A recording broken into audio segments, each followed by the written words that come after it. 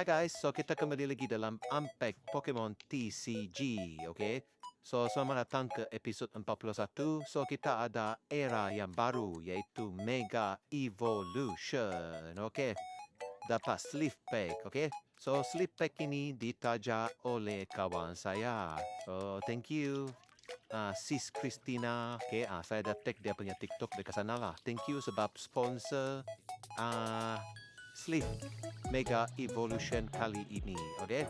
So pack ini gambar depan dia adalah Lucario, okay? Kita tengok pack dalam tu adakah gambar Lucario ataupun gambar yang lain, okay? Jom kita buka, okay? So saya buka ni cematlah sebab saya collect sleeve, okay? Saya nak cari 3 lagi variant yang berbeza, okay? Oh tak, okay? So pack ini dia cover depan dia adalah Mega Venusaur, okay? Mega Venusaur. Yes, pack Mega Evolution untuk era yang baru. Okay, jom kita tengok pack ini ada manis-manis ke tak ada, okay? So dalam Mega Evolution ni orang cari gold Mega Lucario dengan gold Mega Carnivore, okay? Dia punya card pun cantik, okay? Satu card ke depan, trick dia masih sama lagi. Satu card ke depan, kita teka energi apa? Fire, mungkin.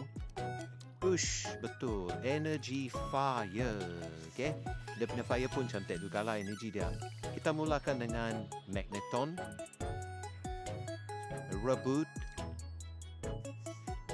Ivysaur. Kalau ini full set keluar bagus oh. Ultra Ball, Kadabra, Esrola.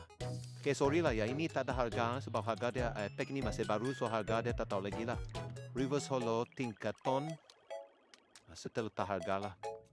Then dia datang dengan Evoltal sahaja, okay? So tak berapa manis pack kali ini, tapi shout out to Sis Christina. Thank you sebab sponsor card ini, okay? Dia dekat belakang sekali Lunatul lah. Biasanya yang ini dia keluar dekat second last card lah, okay? So kita jumpa dekat episod yang seterusnya. Thank you dan bye-bye.